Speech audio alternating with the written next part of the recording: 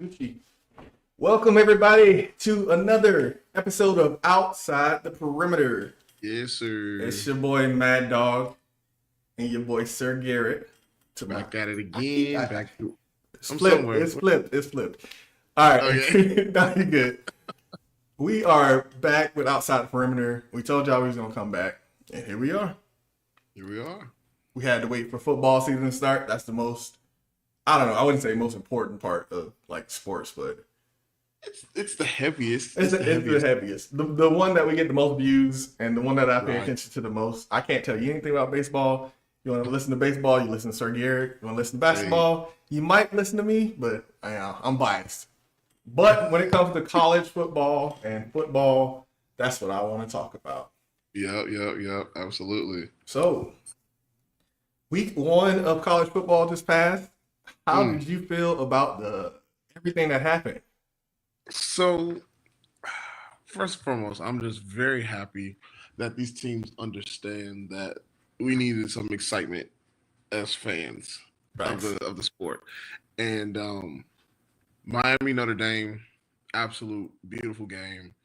Virginia Tech and what was that, Syracuse did a great job with that one. South Carolina and oh gosh, what was that game? Virginia Tech, right? Virginia Tech, yes, man.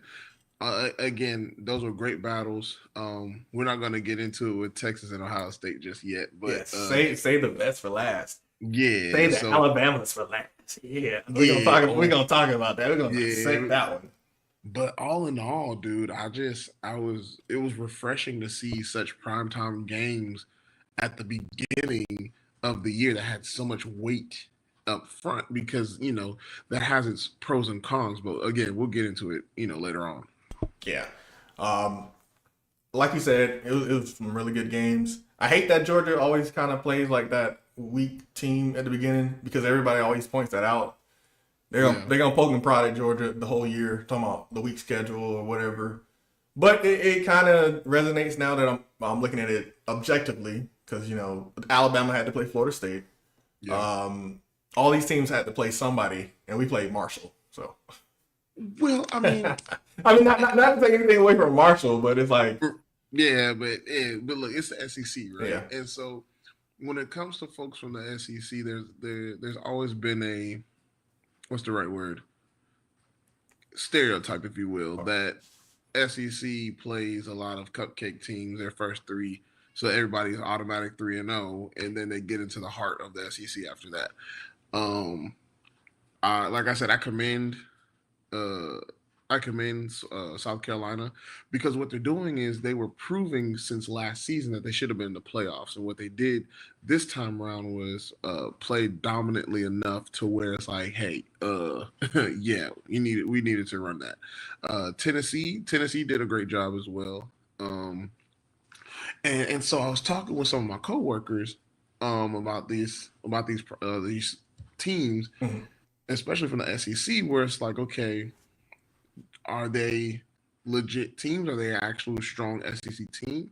Or is a competition just that weak to the point where we don't know how they're going to land going into, October, November? Yeah. No, but that's a good point. Hmm. I, it's hard to tell. It again when it comes to the college football, it's a kind of like the Wild Wild West. You don't Yeah. know what teams are going to be able to do. What teams have been looking at your tape.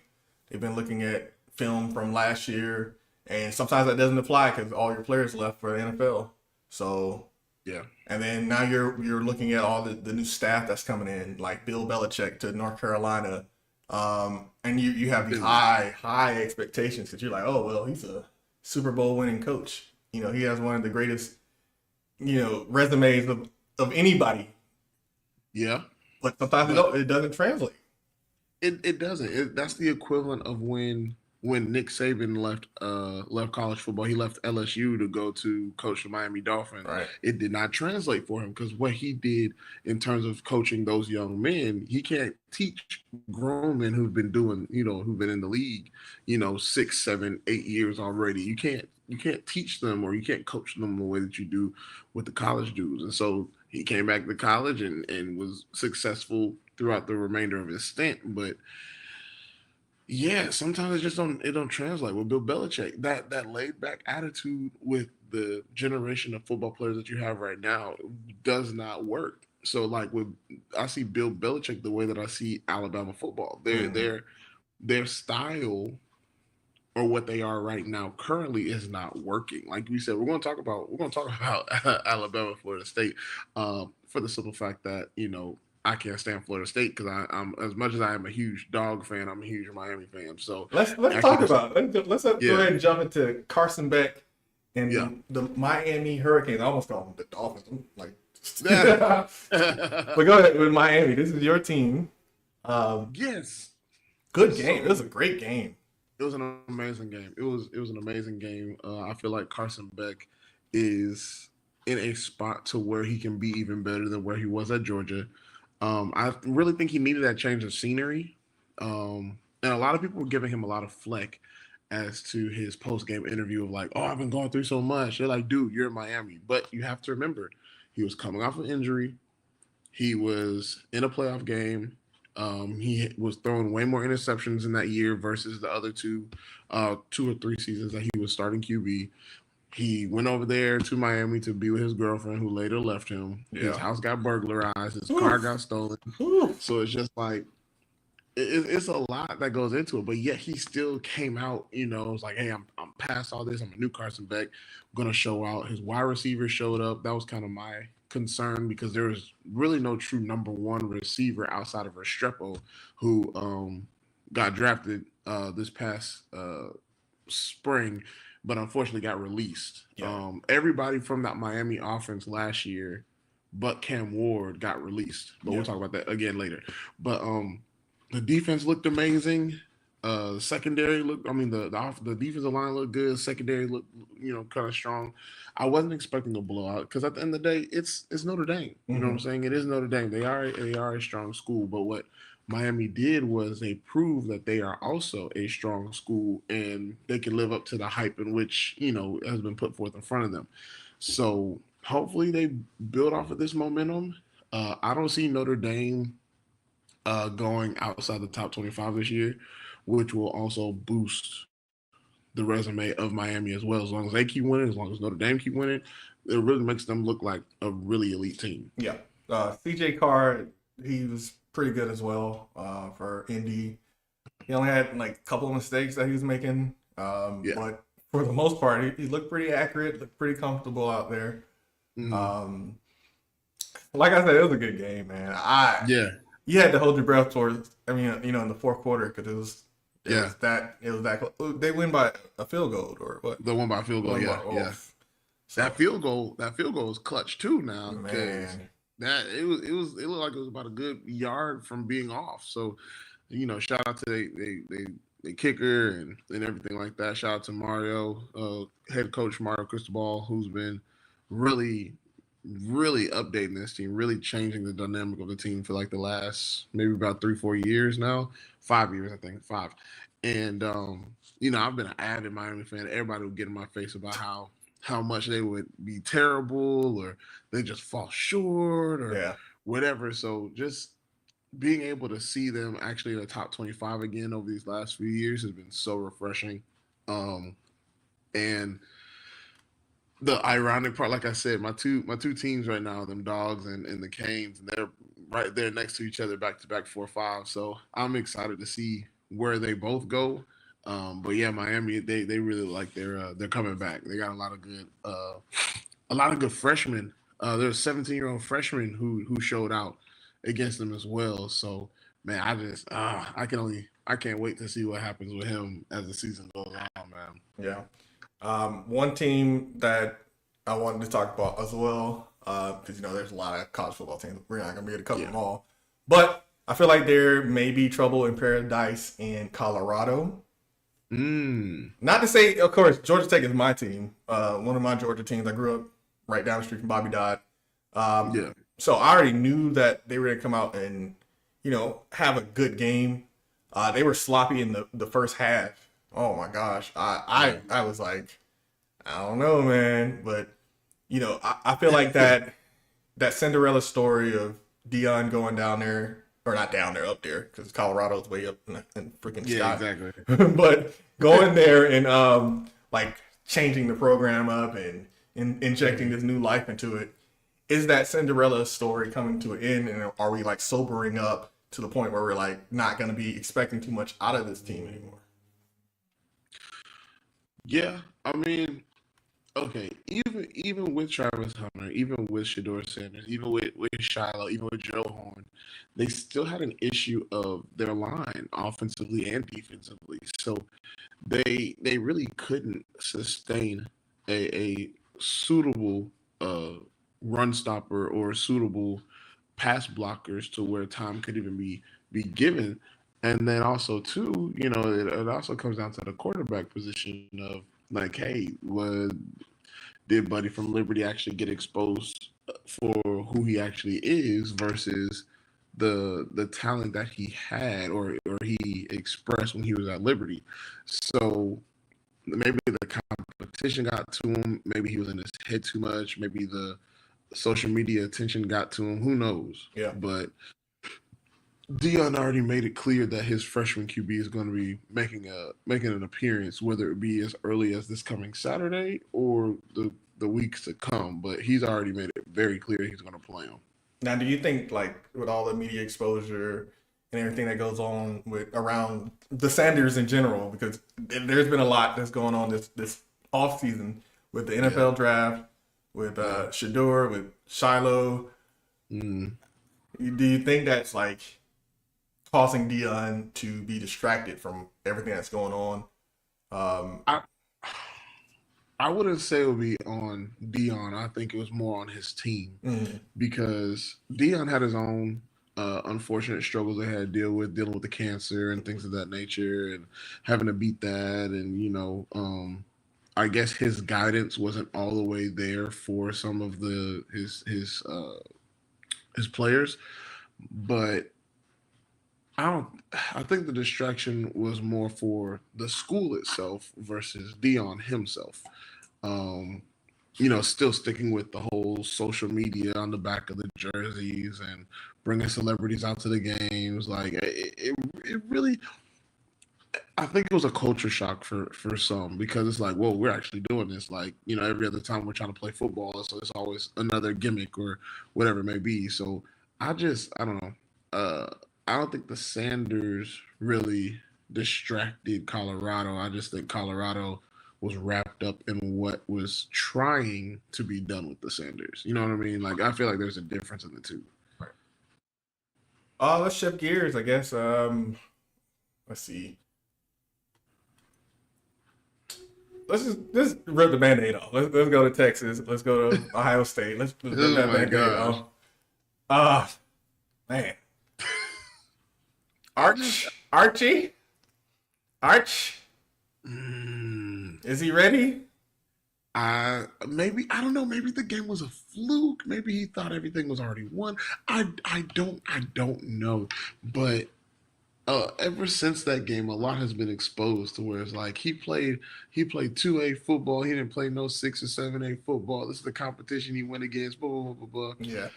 Now, would this be a case of nepotism? Absolutely.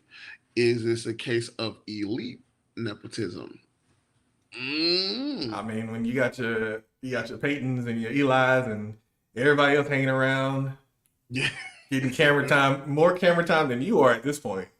Honestly. Ooh. Then the Mannings, they went ahead and made a joke talking about, so he's adopted. They don't play that, man. No, they don't. But that's a hell of a family legacy right there. Yeah. But again, though, it's like he kind of sort of lived up to it before, right? But is it because of the elite players that he had around him last year, or was he really like that? You know what I mean? Like, because what's the difference between now and last year? I mean, honestly, what's the difference? Might be the pressure. Now he's the guy. He didn't I'm trying to remember. What was it? How many games did he play last year? Like maybe 5. 5, yeah. So, of course, they were brushing him up and trying to get him ready for that spot, but he wasn't the guy. But now he is the guy. He is media's darling, the Manning, Yeah, you inherit the throne and all this stuff. So, yeah. I don't know if you saw, but they were like, because of that game, he went from being the like the favorite for number 1 pick to like 4th round. yeah, it's tough, man, especially being a But fourth. but again, it's just like Ohio State is just that good. Where I mean, they are defending champs. Like you can't take that part away from them. I just with Archie, I just feel like he might have put too much on him. Yeah, Like you said, he's the guy where he has to do the most, yeah, and because he was doing the most, they took the L. So yeah. I just, And uh, then Ohio State, they're bred to be like dogs. They're bred yeah, to take all that attention that you're getting and rip it away yeah, from you. So they were coming out there ready to like just make sure this kid didn't get his legacy and his moment. Like I mean, that's take what they're take the supposed to take the do. main character energy away from him Yeah, completely. that's what they're supposed to do, though, and they did a great job of it. I mean, look, their defense was great. I mean, their number one receiver just wasn't necessarily as productive as he was last year. But you have to remember that's only because he's now being marked. He's now being seen go. What's his name? Jeremiah Smith, Yeah, right? yeah, He he's being marked. He's doubled and tripled everywhere. He's getting the Calvin Johnson treatment. So it's just like you can't be mad at that kid. But they, like I said, their defense. Ohio State has always had a defense. They've always had a defense. So I don't know. I think of lack of preparation came from it too. So so, it's just bad. Texas just look bad. Texas might be the Oklahoma of this year. Who mm, knows? but we'll see. I mean, it is like you said, it's Ohio State. Yeah, So maybe that was it. That was a tough, like that's a tough that's a game tough one. game. That's a tough game. It's But hard. I It's would, hard to prepare for that. That's like another national championship yeah, in week one. yeah. Now I would have much rather Texas had that cupcake game this week and Mm, then went to Ohio State for right, week 2, right. just so that Archie can get his bearings down. Yeah, But he had to get it from the summer. yeah, yeah, I don't know. I just so there's really no like you well, there's no excuse because now you're sitting here saying like, oh, he's a man. He did this on the third. He's a Heisman candidate. And he played buns. Even Carson Beck had a comeback game, yeah, and he looked better than Archie Manning. So I don't know. I don't think I can. I yeah, don't want to hear it. yeah. Let's move on to something that makes me smile. FSU versus Alabama.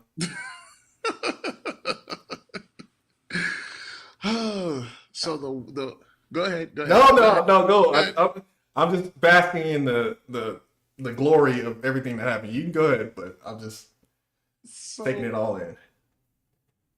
so the phrase that I kept hearing in my head as that game was going on was this ain't Saban football and lack of discipline because there's no or not even accountability.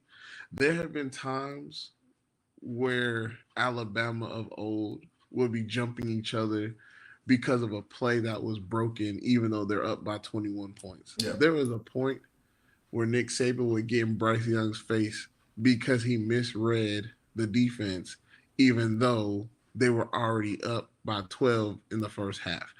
Like you can tell, you can tell it's a different era of Alabama football.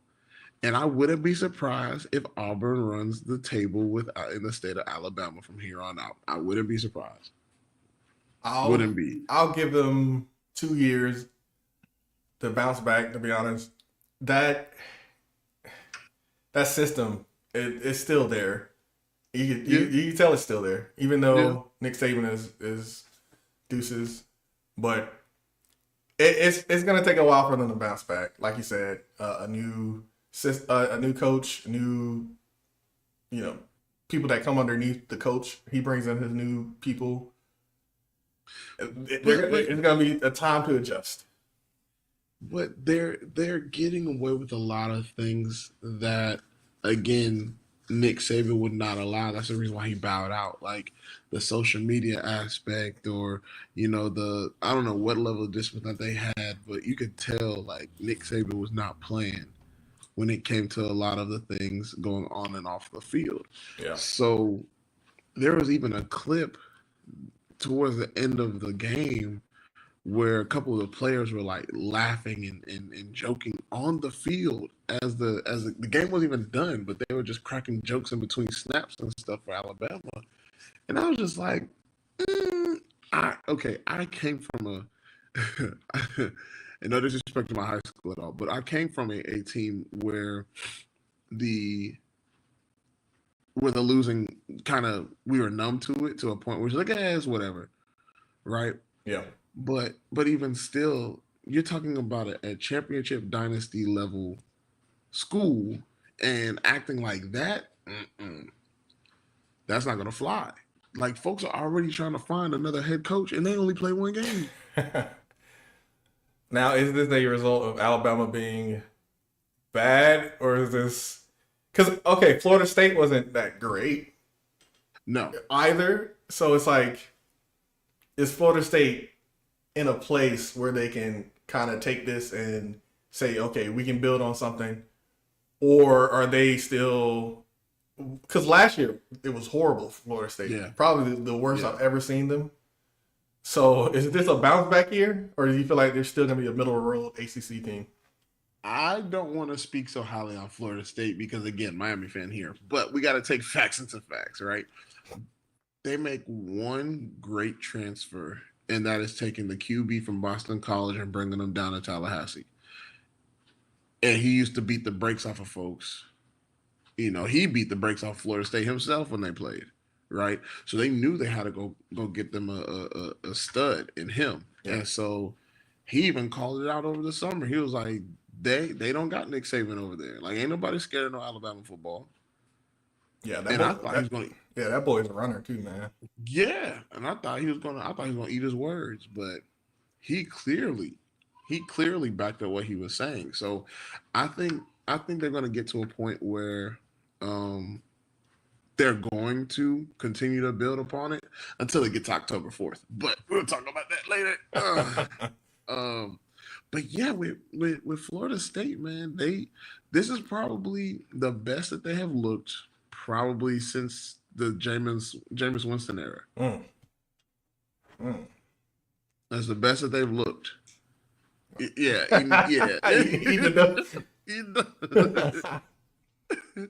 But I don't know. It's too early for a lot of things. It's way too early for a lot of things. But if we're going to take it for face value, yeah, Alabama's going to struggle this year. I feel like they're going to be middle of the pack. And I think Florida State will actually be surprised at how strong the ACC is this year. Yeah. So, I mean, the ACC is kind of loaded, low key. Like, they don't get a lot of screen time, as people would say. Yeah. But it's they got stuff down there, man. I mean, Virginia Tech, Syracuse, Miami, Florida State, SMU right now. Tech. Like, Georgia Tech even looks killer. So, Georgia Tech's honestly looked killer for like the last 2 seasons, but I feel like they're going to be really complete this year. So, it's really their portion because was it Atlantic and Coastal? What are they in the Coastal? No, they're in the Atlantic. They have a chance to really run the Atlantic. So I don't know if Miami plays them this year. I think they do, but that game, just like how the other games have in the years past, will really decide who really takes that top spot. But I think Florida State will be in a shock because they beat Alabama, but the rest of the teams in the ACC have played some very strong teams too. So we'll see. Let's see. I feel like we covered the big names. Did I miss anybody that you want to talk about? South Carolina. Okay. Dang, South Carolina. I kind of wish YMF Jeff was here. Yeah, I know. But yeah, with South Carolina, I'm secretly rooting for them. Hmm. Just because it's like they used to be good. They used to be really good. Like it used to be to the point where Georgia was like, okay, we have to worry about Florida and South Carolina Yeah. and Alabama. So I really think they got snubbed last year. I think they would have done some damage in the playoffs last year, but they made their statement. Like I said, oh, I'm sorry, Tennessee. Um, not South Carolina, Tennessee. That Nico. I wish I knew the rest of his last name. Mm-hmm. He he thought that he was the answer for Tennessee, and got greedy, wanted more money. Tennessee said, "Nah, because you ain't did nothing." Right. And he said, "All right, well, I'm going to UCLA. Insert new QB." And that mug is balling as if Nico never showed up on campus. So, do I think that Tennessee's going to take the SEC? Absolutely not. Nope.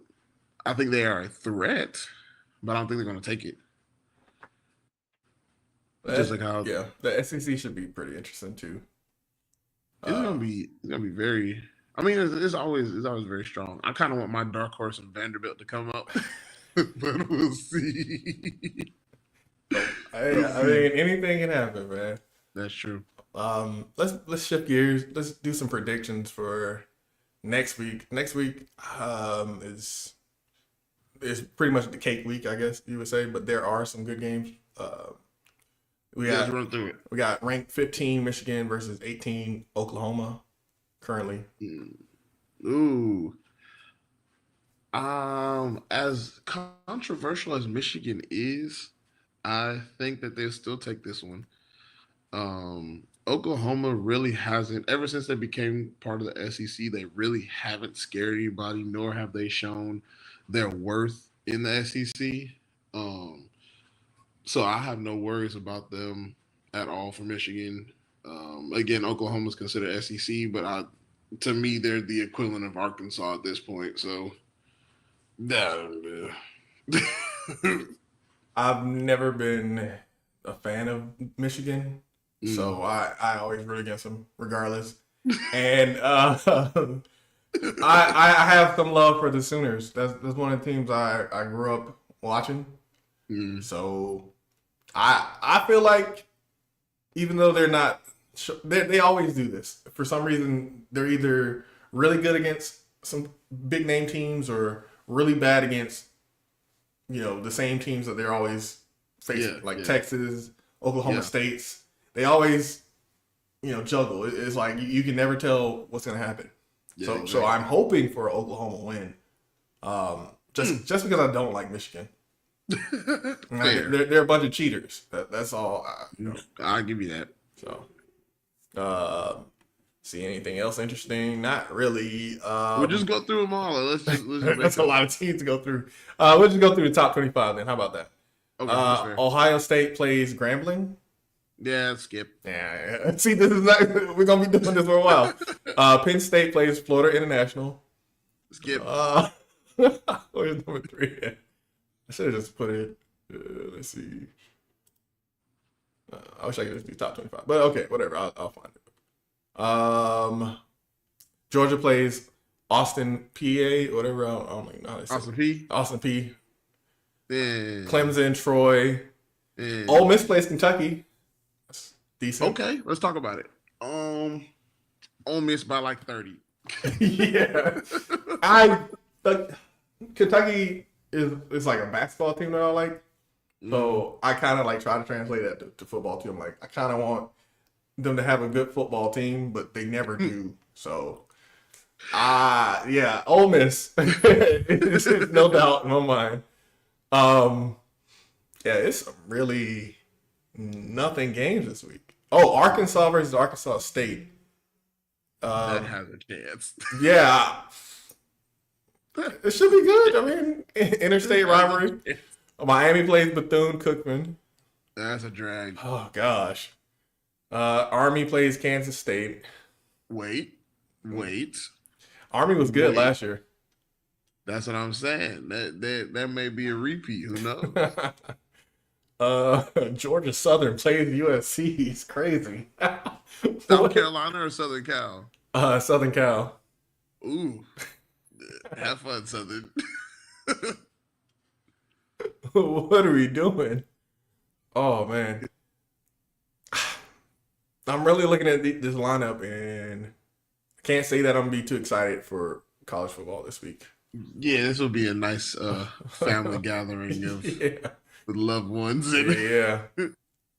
getting ready for the NFL Sundays. Oh, let's just switch over to the NFL then. I feel like I'm tapped out on college football. Unless you got something else you want to talk about. I was gonna make the joke. That's why I was waiting for it. Let me bring it back up on my end. Yep, there it goes. I say upset alert. Indiana taking Kennesaw State.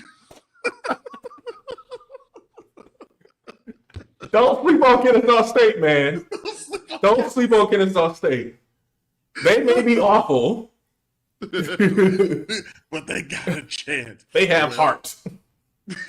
There's another one though. Illinois and Duke. Ooh. Illinois and Duke. I feel like that's going to be a good game. I think Duke might actually surprise Illinois.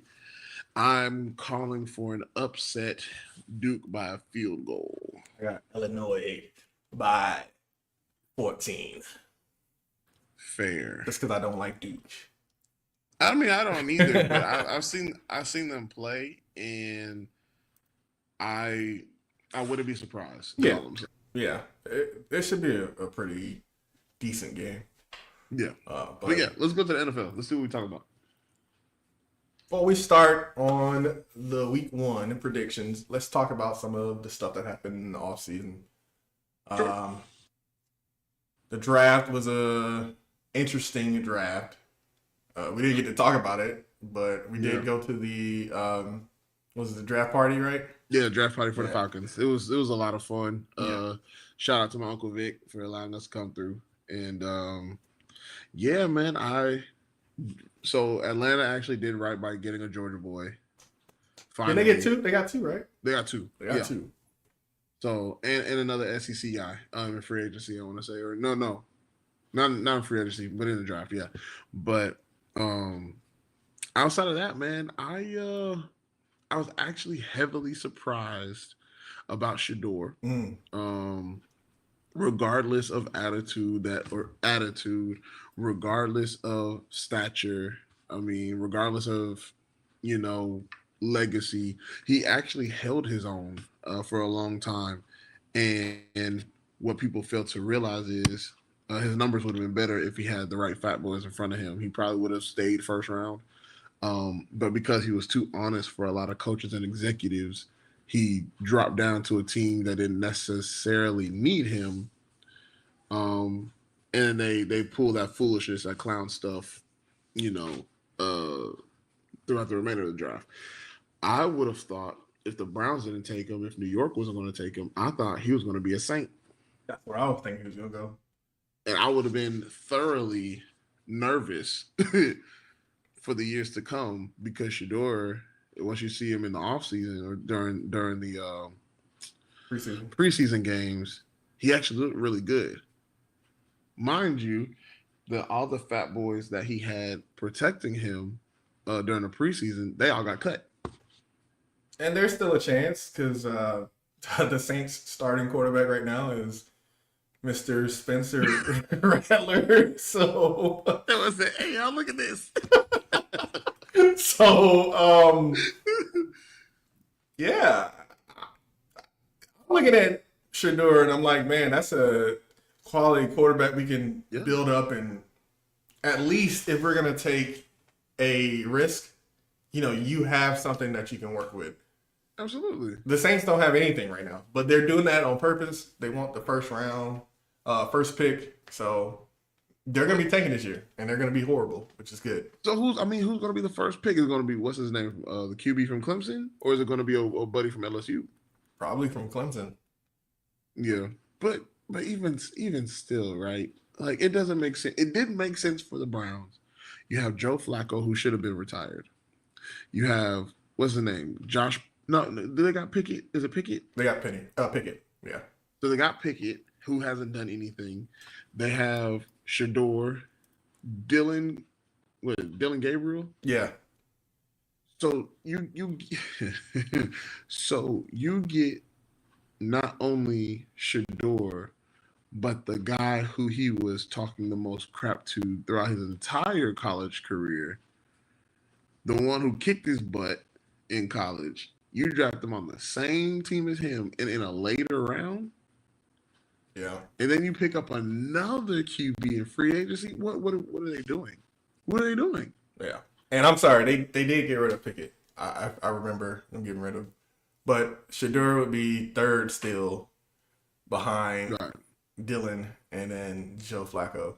And then, of course, you got Deshaun just sitting there collecting the check. If I was Deshaun, I wouldn't even say a word. Granted, he did do some messed up stuff. Foul, but if they're willing to pay him that much to sit on the bench, I mean, they got no choice until he rehabs. yeah. I'm sure they're gonna get rid of him, but they can't do it right now, or they're gonna have to pay. So much potential wasted on some social BS. But yeah. Anything else from the off season that really stood out? No, because everything was really about the Sanders brothers. I mean, Shiloh, he really shot himself in the foot when it came to his position, making the 53-man roster. yeah. When it came to, I understand he was probably defending his peoples or he was defending himself, but you were still considered undrafted, and undrafted folks are usually the first one to get let go. And I still don't think he would have made it regardless if he got in that fight or not. He was getting bullied out there, man. Yeah. It's the age thing, it's the undersized thing, it's lack of explosiveness. People say that Shador is a name, but Shiloh is pretty much a name at this point. It is a name. All right. It is. It's like he is talented. I can't say that he's not, but there's a reason he went undrafted. Yeah. He's like it's like Thanasis in Milwaukee, even though he just got a new contract, so credit to him. Yeah. But you're getting these contracts or getting these chances because of who you know at this point, not necessarily your own skill.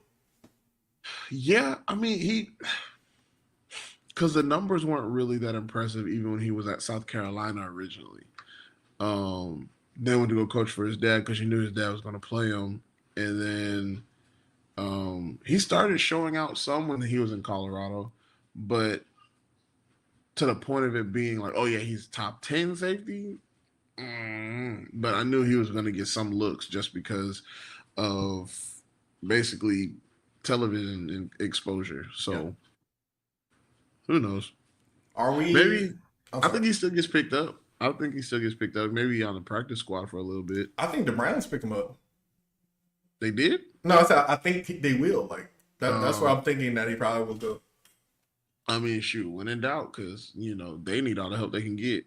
Or the Falcons can do something funny and just pick him up just for the hype, for the legacy, for the Sanders on the back of a jersey, so you can sell it. I don't know. Let's talk about Cam Ward, the number 1 pick. Yep. What are we to expect from this young man on the Tennessee Titans? I think he will be in the Rookie of the Year conversation, because he's probably the most quiet number 1 pick I've seen in a long time. Yeah. I mean, he comes in, he does his job. He's not in social media like that. He's not in the headlines. He's not looking for the attention. He just puts his head down, gets his job done and goes home. And that's kind of what you want in a quarterback, especially when it's a franchise that's struggling. The number 1 priority should be the organization, should be the team. And so I think he's going to be up there. Do they make the playoffs? No, I don't think they do. But I think that he will be productive enough to let everyone else know in the league that he's going to be here for a long time. I think with him and Calvin Ridley together will really help him in terms of his production, in terms of his leadership. As long as Calvin don't get hurt, because he's good to get hurt. Yeah. He's a glass cannon. But Yeah. the reformed Calvin Ridley did look really good in the preseason, so I'm excited to see what they're gonna do. Um, I'm excited to see what Travis Hunter is gonna do. Yeah. That's everybody's spiritual number one. How they are gonna use him is still up in the air because they're still talking about running him on defense, running him on offense. Where do you see the best fit, or how would you utilize Travis Hunter if you were the Jacksonville Jaguars? His youth would be more advantageous on the defensive end. Yes. I feel like Jacksonville, I feel like Jaguars have a good amount of wide receiver. I feel like he would be like a specialized type of thing when it comes to offense, where it's like, hey, we're on third and distance. We need something, to keep us going. Travis, get in there. Kind of like a Cordero Patterson. Yeah, so where to a point where he has his own package. And but I think he'll primarily be defense because he's a great DB. He's an absolutely great DB. But I don't think he truly understands the amount of work that's being put in. Quarterbacks are throwing the ball about 50 times a game now. Yeah. 50 by themselves. And the game is a lot longer. So or faster, it's a lot faster. So you're talking about transitioning back and forth, 50 throws a game. So he's defending 50 and going to catch or be out there for at least 50 reps. There may be about 10 to 12 times where he hands the ball off. Who knows? But that's a lot of work. You're talking about 17 weeks of that. Yeah. 17. We're not talking 10, 17. And you already did that 5 times already during the preseason, 4 times already during the preseason. So 20-some weeks of doing that high-intensity work, and this is only year 1 for you. Yeah. I don't see him getting a lot of snaps. He may split them, but it'll be like a 70-30 defense at most. Yeah. All right, let's talk predictions then. All right, let's get it. We're going to chop through these. Starting with our Thursday game is Dallas versus the Eagles. Dallas did something that I thought was dumb at first, but then it turns out in hindsight that it was actually a good move. Yeah. I just read that this morning too. By additioning Micah Parsons to the Packers, securing some draft picks, and I can't remember the defensive tackle that they got. Yeah. And then it turns out that Micah Parsons can't even play the first week. So long run though, I still think it's a bad move. Immediately, yes. Yeah. It's a good move on their part, but once the man gets healthy, it's a wrap. I don't think Jerry Jones is really looking at what he has. Well, let me not say his name too many times. It'd be like Beetlejuice. But I'm probably tracking our IP addresses right now. Right. I'm talking about my Cowboy. Right. But I don't think he is in the right mind to make those type of decisions by himself. Sure. Because again, long term, who do you have that's a premier run stopper on your Cowboys defense? It used to be, can't nobody go through a Cowboys defense because you got this person on the line, this person at linebacker, and this person has DB. You don't have that anymore. No, you don't. So that's why I'm gonna say Eagles by 2 touchdowns, maybe 3. Yeah, I got the Eagles by 3 touchdowns. Yeah. Man, the Eagles are, first of all, the Eagles look good. They looked good last year. Feel like they were just missing a couple pieces on defense, and I don't know if they addressed it too much. They had a pretty quiet offseason, but just comparing them to Dallas, I don't see Dallas stopping them too much. Yeah, no. Yeah. If not, I'll change my answer. It's not gonna be 3 touchdowns. It'll be 2 touchdowns and a field goal. But fair. It's gonna be a rough year for the Cowboys. So yes. All right. Who's next? Next up on Friday is the Chiefs and the Chargers. I'm going to be bold. I am a little partial to the Chargers. I say Chargers by a field goal. As long as the refs do their part and actually ref. Is Travis Kelce in his distraction era with Taylor Swift going around? I think he might be. It, Travis Kelce, he can still go out there and win a game, but I just don't. He's not the same dude. Yeah, he's not the same. I don't see the aggressiveness that he used to have. He's more interested in doing his podcast, which is fine. I'm not. It's cool. We're doing a podcast too, so right. But we also ain't getting paid such and such $1 million to go catch a football and run down into some grass. And that Taylor Swift episode did big numbers, so their relationship is beneficial to both of them. So, but that being said, I have the Chargers because I feel like Justin Herbert is going to have a career year. I hope so. He's definitely going to be top 3 in the MVP race, at least in as top 3 quarterback. Right. I got him slotted as 3 right now. I'm gonna go with 3. I'm gonna go with a field goal as well. Again, it's the Chiefs, so it's hard to say that they're gonna get, walloped, but they will never get blown out. I just because their system is too good. I just think it will be more of a personnel flaw more than it is a system flaw. And when he says system, he means the refs. But right. that aside. And then the Sunday games, we got a hot game coming out. Atlanta versus Tampa Bay. Ooh, I say Atlanta by a touchdown. Yeah, I got Atlanta. I'm ready to see this new Atlanta team. Yes. It's not a new Atlanta team, but it's new. New spirit. I'm ready to see what Penix can do. I'm ready to see more Bijan going out there, just killing it, man. He killed it last year, so I see him doing it again. Mm-hmm. Kyle Pitts, wake up! This is your last time. I'm calling it here. I'm calling it here. If you don't do nothing with Penix, it's you. It's not the quarterbacks you had in the past. Mm-hmm. You can't keep blaming them. They've called you a unicorn. They've called you this fantastic tight end. I've yet to see it. I've seen flashes of it. I have.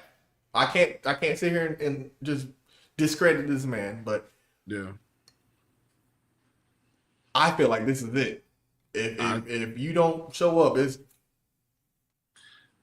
I think he should have just went ahead and been wide receiver number 2, and we got a new tight end. But that's just me. Yeah. But I think I got the Falcons by 3 touchdowns. Ooh. Tampa is good, but Tampa is hurt. They are limping to week 1. Godwin is still hurt. Mike Evans is playing, but I think he's still dealing with some stuff. But they have an amazing running game, so that'll be something that we have to stop. And we were not stopping the run last year. We were getting dogged out on the run. But I think Tampa Bay is going to try to throw it a little bit more. And we got Jesse Bates back there. That's all we need. To me, we got AJ. AJ did step up towards the end. We was giving him shit, but he stepped up towards the end. Right. So I look at our defense and I'm satisfied with it. They just gotta play like they are people. Play they want. Yeah, play they want it. Yeah. Next up is another division rivalry: Cincinnati versus Cleveland. I got Cincy by at least 2. I got Cincy by 10 at least. Joe Burrow's gonna throw like 450 yards. Yeah. Oh, by 2 I mean 2 touchdowns. Yeah. Jamar Chase is him.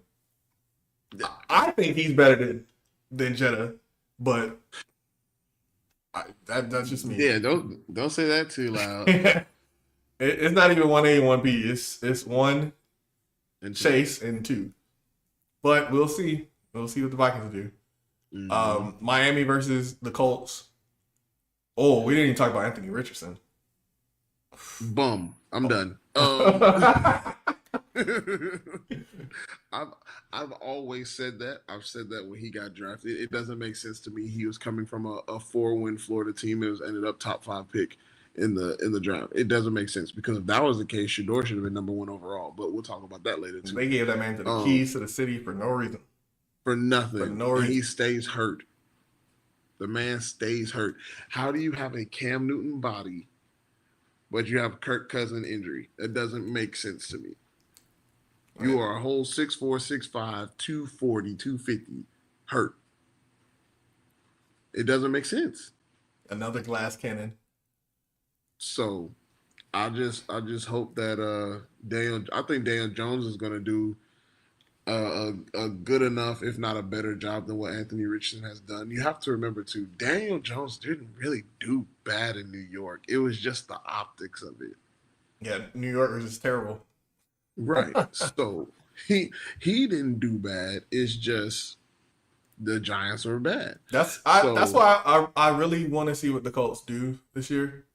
Just because of that reason. It's like, man, people talk so much crap about Daniel Jones and oh, he's not the great.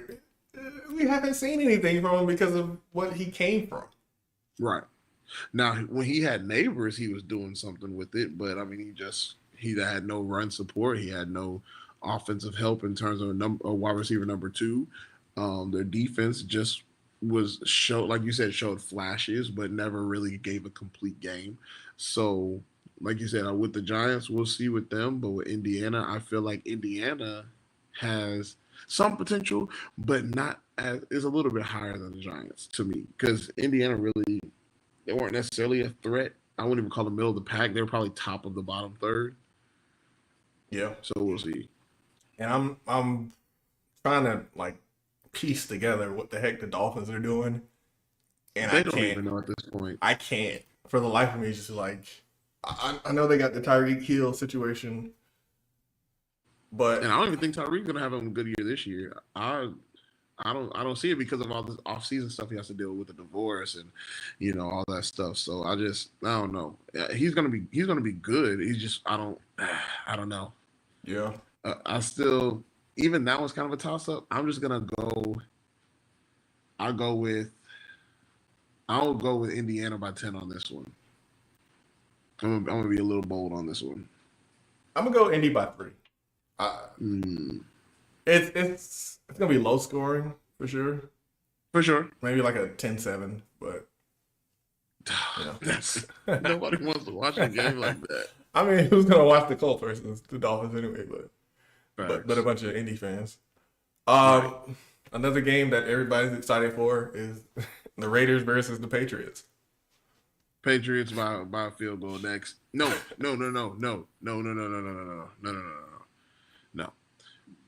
I say Patriots by 2 touchdowns. I'm gonna go with the Raiders by a touchdown. Yeah, okay. It's a toss-up because I don't like the Patriots are almost like Miami for me, where I'm just like, oh, what are they doing there? They just collect a paycheck. They just collect a paycheck. I couldn't tell you anything about their quarterback. I couldn't tell you about their run game like that. They picked up DeVito. See, like I'm looking at it like, oh, when did they pick up Tommy DeVito? Well, he got let go this offseason. I know he got let go, but I'm just like, oh, they picked him up. They got Drake May. Again, I couldn't tell you what was going on there. I think the Raiders have it, but let's move on. It's just bad looking at it like, man, y'all really didn't do nothing. This is rough. Next up, we have New Orleans versus Arizona. What's up with all these? Okay, New Orleans is bad, but Arizona's worse. Are they? Yeah. With the quarterback that the Saints have right now? Arizona by 7. They have albino Desmond Ritter, so I feel like the Arizona defense is about to cook. I'm gonna give them 3 touchdowns. It's gonna be 21 zip. 21 zip. Oh, because of, okay. Because it's gonna be like forced fumbles and all type. It's gonna be so sloppy, but It's gonna be a terrible game. Pittsburgh versus New York. Oh, I'm sorry, the Jets. I said New York. Like it's not two teams there. The Jets. And Pittsburgh by. Ooh. Pittsburgh ain't bad though. Mm-mm. No, I switched that. I say Jets by 3. You trust Justin Fields that much? He's so inconsistent that you can't bet against him properly. They have a good team. Like if you look at their offense, they do. They have a really good team. But it's just like that's the only factor. It's like, is he gonna have a game? Like is he gonna come out there like he did for Pittsburgh? Which I thought Pittsburgh should have kept him. And I was like, and then Russell Wilson came back, and then he was just like, thanks for holding my spot, but I'm just gonna take over. And did the same thing. And it's like, well, maybe it was Pittsburgh and it wasn't Justin Fields. So it's like, it's one of those things too. That's why I think because Justin, when he plays motivated, he does very well. So with him going up against Russ like that, I think he's gonna do a job. So well, he's going against Aaron Rodgers. Fudge. Yeah. That's another thing. That's the elephant in the room with Pittsburgh is they bet everything on Aaron Rodgers, and he has to stay healthy, and he's playing his former team. So wait, whoa. So you got Aaron Rodgers and Russell Wilson on the same? No, Russell Wilson is in New York. He's on the Giants right now. Oh, the Giants. Yeah. Okay. Yeah. Those were the off-season stuff. That was confused. Okay, my bad. Yeah. So they have Aaron Rodgers and nobody else pretty much behind him. Mason Rudolph is behind him. So they're betting everything on this man. If he goes down, it's over. Well, I think I don't know. I think I might flip to Pittsburgh by 3. I think I'm gonna go Pittsburgh. I'm going Pittsburgh with 3 by a touchdown. I feel like Aaron Rodgers is gonna have that one, ball. Oh yeah, that one back shoulder throw. Yeah. Ooh, but if he gets hurt, it's over. It's a wrap. It's wraps. I'm surprised he retired this offseason. That man is 2 right now? Yep.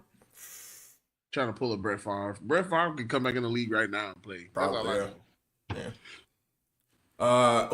This is a good game. The Washington Commanders versus the New York Giants. Commanders by like 17. 17? Commanders by 17. So you don't think Russell Wilson is going to play well? I don't think he won't play well. I just think that he is. I think he's past his expiration date. In terms of,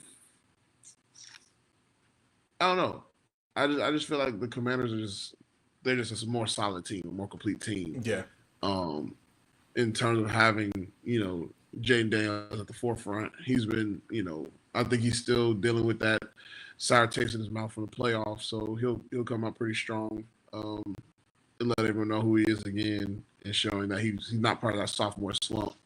Yeah, and it looks like Neighbors may still be questionable. I thought he was going to be back by now. So, with that being said, I think I'll go to Commanders by 2 touchdowns.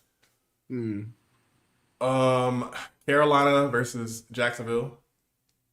Yeah, it's a buns game. You got Travis Hunter? I don't care. I'm going Carolina on this one. Oh, really? Yeah, I'm going Carolina on this one. Because even with Travis Hunter being as great as he is, I feel like there's still some things he has to learn. It's not going to be a blowout, but I do think that Carolina wins this one. I got like one thing that stops me from picking Carolina, and it's their receiver core, which is, if you look at it up and down, it's probably the worst receiver core in the league. At one point, they cut Hunter Renfrow, and didn't they bring him back? Yeah, they brought him back. And I made a joke. I was like, and what's his name? They just got rid of him. Leggett? No, not Leggett. No. He went to go play the Vikings again. Thielen. No. What's his name? Thielen. Adam Thielen. That's what I meant. Oh, I don't know what you said. I heard Thielen. I made a joke that they cut Hunter Renfro because they had a better. I mean, they had Adam Thielen, who is just a better Hunter Renfro. Yeah. But then they got rid of Adam Thielen, put him back to the Vikings, and then they picked back up Hunter Renfro, and I'm like, what was the point? Yeah. So I think their wide receiver 1 is a rookie. Yeah, out of Arizona State. Yeah. So I don't see the vision. I don't know what they're doing either. Yeah. I don't trust Bryce enough to dominate a team. I don't like he did well, yes, but I don't.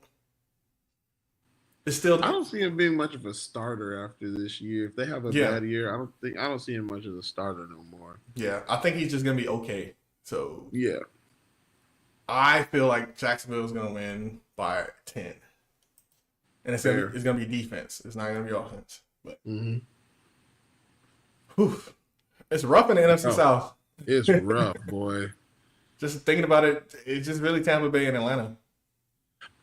Yeah, but as long as Atlanta sets the tone right now this Sunday, then shoot, we ain't got nothing much to worry about, honestly. Yeah. Next up is Denver versus Tennessee Titans. I still got Denver. Yeah, as much as I like Cam, as much as I see Tennessee, I just think Denver's going to come out and be like, "Hey, Rook, this is the NFL." You know what I'm saying? So. That experience factor is going to be what wins it. I mean, granted, Bo Nix also had like 20 years in college as well, so I wouldn't expect them to. I would expect them to, you know what I'm saying, come out and be comfortable in the league. But I don't know. I think it's going to be more defense dominant for Denver versus the Titans offense actually coming alive. You know what I'm saying? I don't think it's going to go score for score. I just think it's more of like force meeting force, youth meeting experience. So yeah, if that's the case, it's like the defense for Denver carrying the rest of the team and the offense trying to pull ahead for said defense for Tennessee. So I say Denver by 12. I'm gonna go Denver by 6. I just see it in my head that Tennessee's gonna come out swinging first. They're gonna come out like with this exciting energy, and then it's gonna get cut off by the second half. And Denver's gonna win in the least exciting fashion with 2 field goals in the fourth quarter. But what can you do? Next up is NFC West matchup, the Seahawks versus the 49ers. That can go either way for me.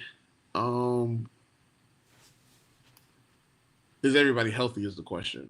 That's a good question. If everybody's healthy, I'm going 49ers. That's a good question. People getting shot at. Facts. They got 2 people now. But I think I'm going to go with 49ers too. I feel a little more comfortable with the 49ers. Brock Purdy his hype is going down a little bit because last year. A little? I mean, a lot, but there's still hype there. There's still the Brock parties and all that stuff. Sure. But I feel like he can kind of focus a little bit more. And then you got CMC who's healthy. When he's healthy, he's one of the best. Such a fantasy football liability, though. Yeah. That's another story. If George Kittle plays like the days of old, they'll be good. Their receiver core isn't the best right now. They did pick up Brian Robinson Jr. from the Commanders. So they've added some depth on offense. Yeah. I got them by a field goal. I don't think. I say 7. 7. I'll go 7. Fair. Green Bay versus Detroit. Probably the best game. Honestly, besides the Falcons and the Buccaneers, but I'd have to agree. That's a great game. I'd have to agree, but I give the edge to Detroit, and it'll be by 6. Yeah, I wouldn't sleep on Love and Green Bay, but Detroit has weapons everywhere. Absolutely, and they have a decent defense. So, and again, Parsons can't play yet. That's true. So, I'm gonna say Detroit by a touchdown. I'm definitely watching that game for sure. Yeah. The Texans versus the Rams. I got Texans. No. Ooh, golly. I don't know. I say I'm gonna be bold and I'm gonna say Rams. Say Rams by 12. Rams by 12. Why? Okay. I want to see your kind of reasoning for that. Because I was like the complete opposite just now. So for me, their defense is actually starting to get a little bit better, especially in their secondary. Matthew Stafford. I think Puka is going to have him a really good year this year. Yeah. I can't speak for their run game, but just watching their games for myself, I know the Rams are one of those teams that really lock in when it comes to the fourth. You know, it's kind of hard to say that when it comes to professional teams in the NFL when it comes to the fourth quarter, unless you're like a premier team, like one of the ones that we know are going to be Super Bowl contenders.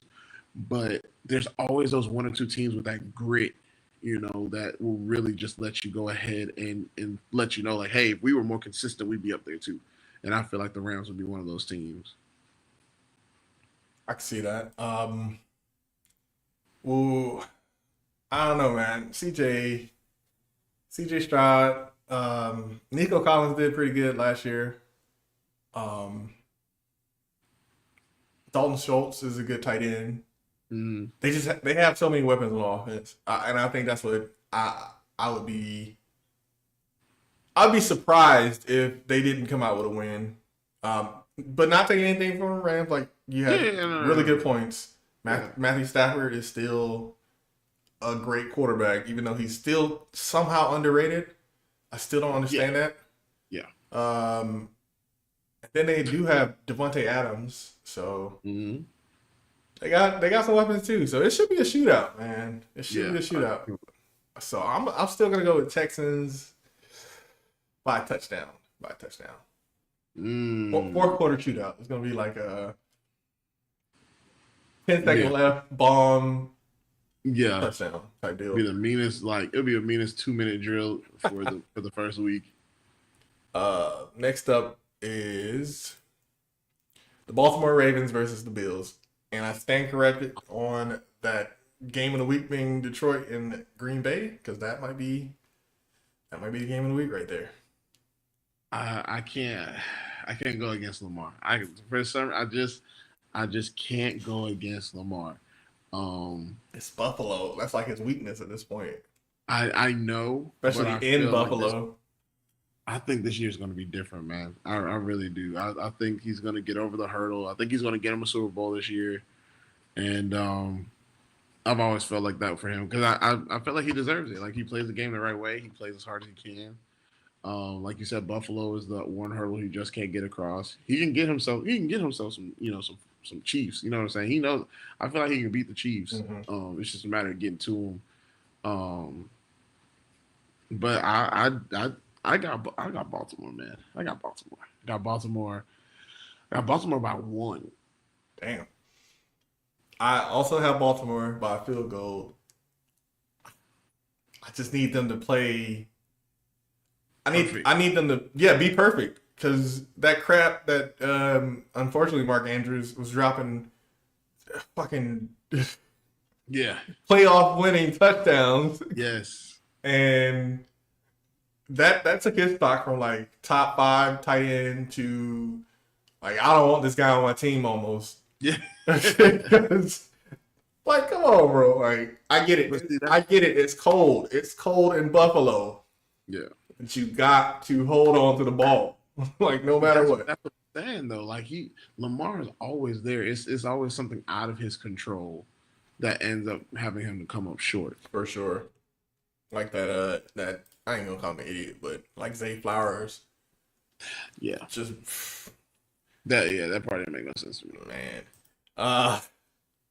And last but not least, our Monday game is the Vikings versus the Bears.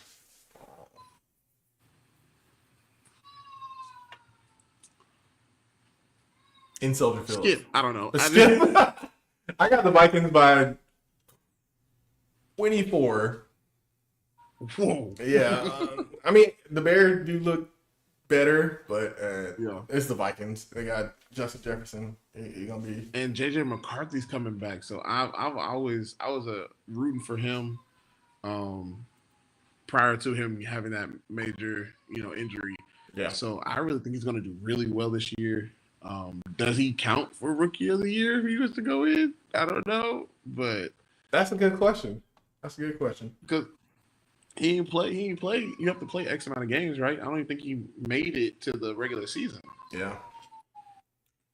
So, but I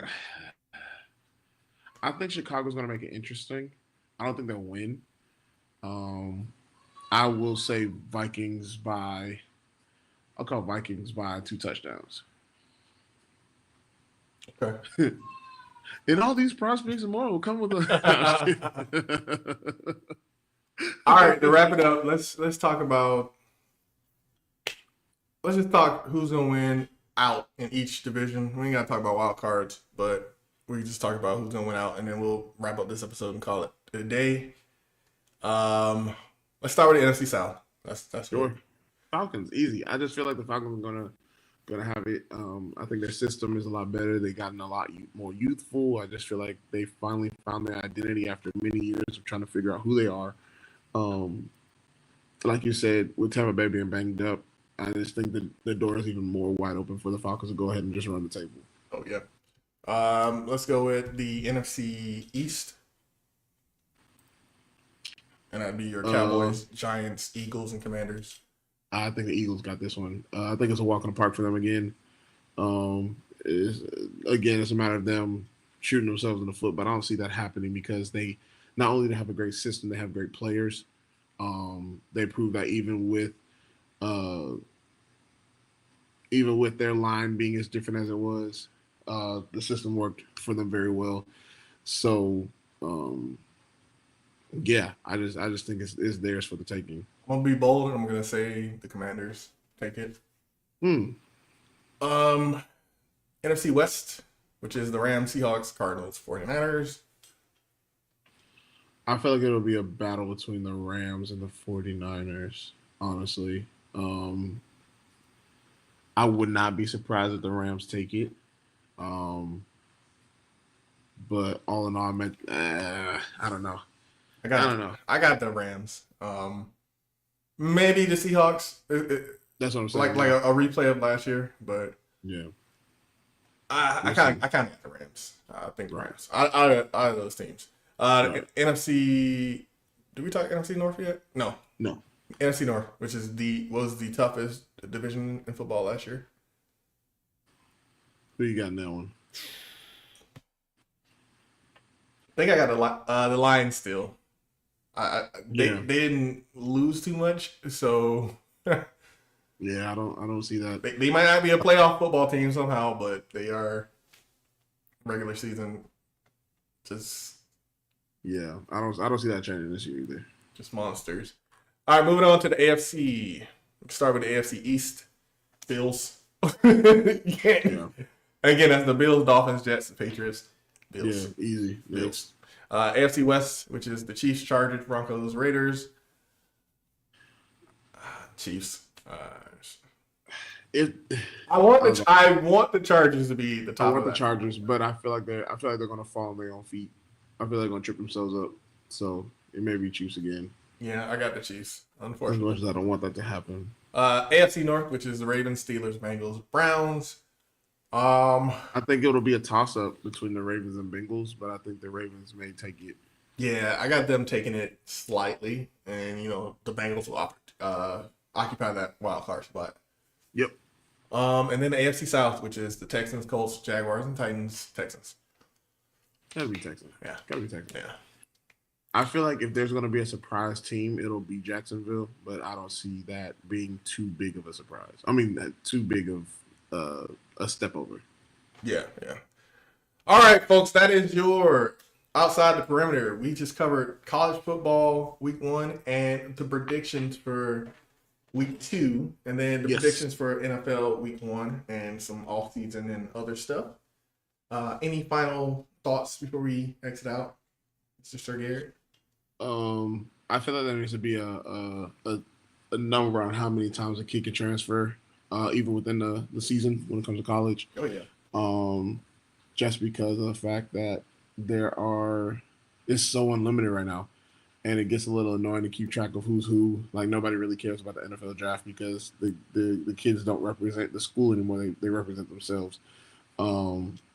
So I don't know. I just wish there was a cap on that. But when it comes to NFL, it's literally any given Sunday, and I think I appreciate the NFL more because of what college football is doing. So, I mean, it's still great to have these college football tailgates and everything like that. But I think I appreciate the NFL just a little bit more.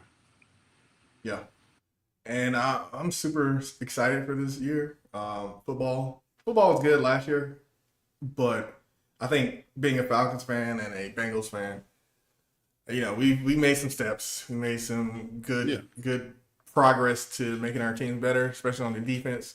That's a area that the Falcons struggled at last year was our defense. I know there's a lot of controversy surrounding our quarterback, Kirk Cousins, and the situation that happened with him. I wanted him to do a lot better. He did do good the first 5 games or whatever, but you can only do so much after coming off of injury like that, and being late 30s or however old he is. So your expiration date is there. Yeah, that's true. We have a young quarterback that we want to put our faith into. So I hope that things don't become messy between them. He seems like a good guy, though. He doesn't seem like he would, tear the organization up from the inside or nothing like that. And he seems like he wants to play for the Falcons and wants to get back up there. So that's good news too. But again, I'm excited. I don't think he was ever considered like a bad guy. I think he understands his role, and I think he's probably like the ultimate team player. Yeah. So we're like, hey, I'm gonna do my job, but if I'm not in, I'm gonna make sure that whoever is playing to the best of their potential. So I think that's why I am also excited for the Falcons, because there's no animosity amongst them. There's no drama that you heard about. It doesn't like they look like they're all for them, for one unit themselves. So I'm excited as well. I'm really, really, banking on seeing them on Sunday and seeing that actually being translated on the field. Yep. Well, that's all the time that we have for OTP. Thank y'all for joining us again. Make sure y'all subscribe. Make sure you follow. Make sure you do your thing, like it, share, do all that stuff, man. Follow us on YouTube, TikTok, Instagram, all the works.